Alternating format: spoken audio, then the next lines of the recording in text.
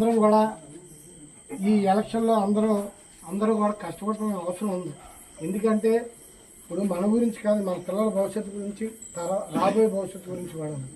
BTech చదివే కుర్రవాళ్ళు సంవత్సరానికి 5 లక్షల మంది సుమారుగా అందరూ కూడా రిలీవ్ అవుతున్నారు. 5 లక్షల మంది కూడా చదువుకొని ఏ చేస్తాం కాదు, తల్లిదండ్రులు ఏదో కష్టపడి చదివేస్తుందంటే వాళ్ళకి ఏదో రేపు ఉద్యోగం ఇస్తే మనం బాగుంటాం, మన భవిష్యత్తు బాగుంటుంది, మన పిల్లలు మన మీద ఆధారపడుకుని ఉంటారు కదా అనే ఉద్దేశంతో పిల్లలు తల్లిదండ్రులు వ్యవసాయ ఏదో కష్టపడి పనిచేసి మన పిల్లలు చదివేస్తారు.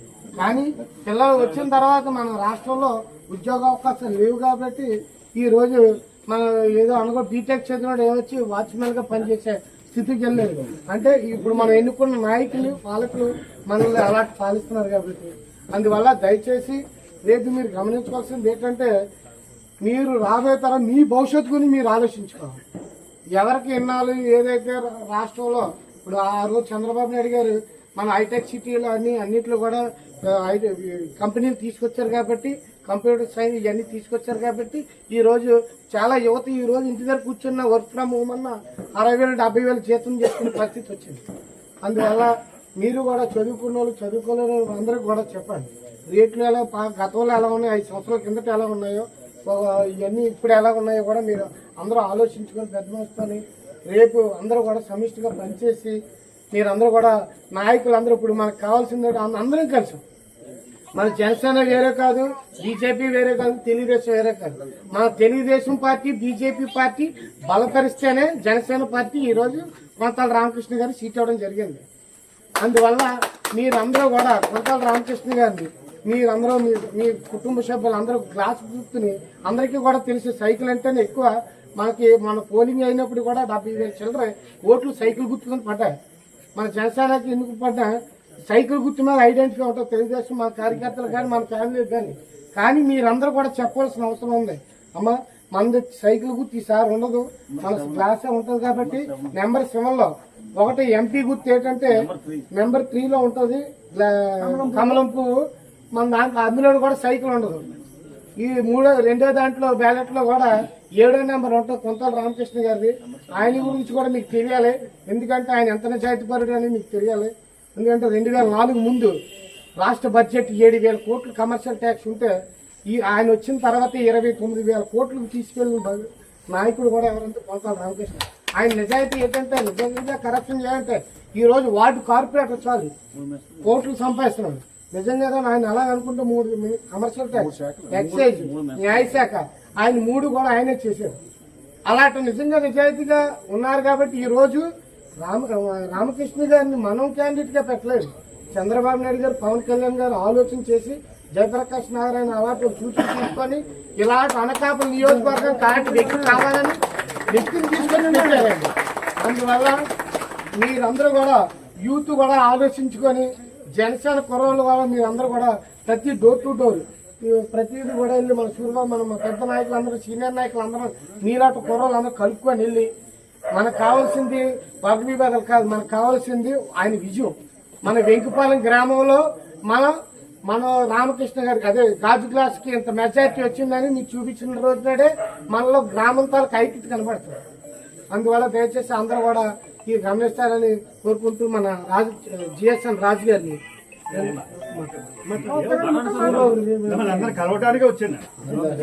మనకి మేము ఎన్నో ఎలక్షన్లు చేసినాం, స్వతహాగా మేము చేసుకుంటాం. మాకు పార్టీలో వేరైనా అందరూ కలిసిపోతాం, ఒక ఇంట్లోనే ఉండిపోతాం. అందరూ ఇందులో భేదాభిప్రాయాలు ఉండవు. కంపల్సరీగా మేము మెజార్టీ పెడతామనేసి మేము తిరగలేని వాళ్ళు కూడా తిరగవలసి వస్తుంది. ఇంకేంటంటే అనకాపల్లి వెళ్తే ఇటుపాలెం అన్ని ఊర్లు బాగున్నాయి, ఇటుపాలెం డౌన్ లో ఉంది, మైనస్ లో ఉంది, ఇటుపాలెం మైనస్ లో ఉందంటే దాని మీద కొట్టుకోలేకపోతాం.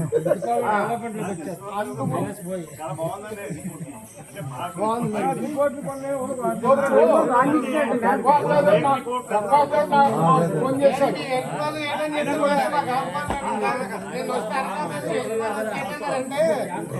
ఈ గవర్నమెంట్లోనే మా బడ్జెట్ వస్తుందంటారు. అది బూత్ ఏజెంట్ లేక తిరుగుతున్నారు. ఇలాంటి గ్లోబల్ ప్రచారం చేసుకుంటున్నారు కాబట్టి అది ఏదో నడగలుగుతున్నారు. మా గవర్నమెంట్ లో బూత్ ఏజెంట్ లేరు. నేను వాళ్ళు బట్టి పెట్టుకుని అలా కదండి కాంట్రాక్ట్ వాళ్ళకి తిరుగుతున్నారు.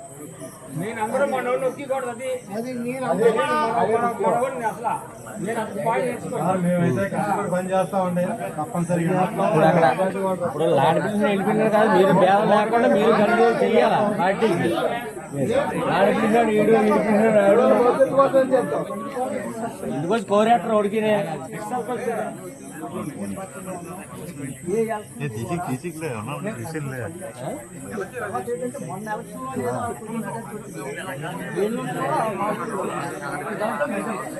ఈవేళ కూడా ఇప్పుడు చెప్పడం కరెక్ట్ కాదు. రేపు కౌంటింగ్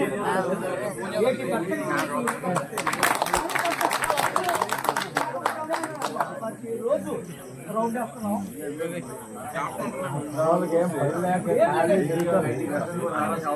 టీం ఇట్లా తిరుగుతుంది టీం అటు తిరుగుతుంది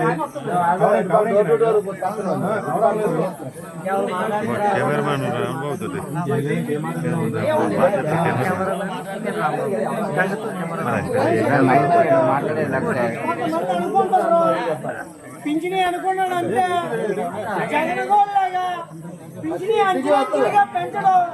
చంద్రబాబు నాయుడు అనుకుంటే 4,000 అనుకున్నా 4,000 ఇచ్చేస్తాడు.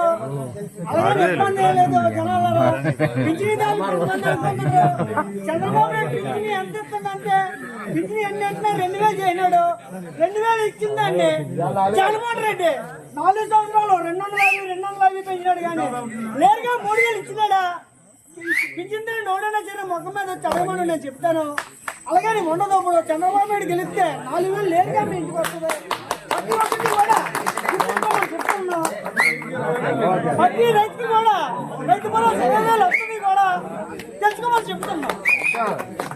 అలాగే ఇప్పుడున్న సర్వే కూడా మార్చినని కూడా చెప్తున్నా. గవర్నమెంట్ వస్తే మన సీఎం రమేష్ గారి నాయకత్వం అందరూ కూడా దయచేసి మా పిల్లలు మీరే రేపు ఇంట్లో వాళ్ళందరూ తీసుకెళ్ళి దగ్గరుండి ఓట్లేయించి బాధ్యత మీరందరూ తీసుకుంటారని మీ భవిష్యత్తు మాకు అర్చిస్తారని మేము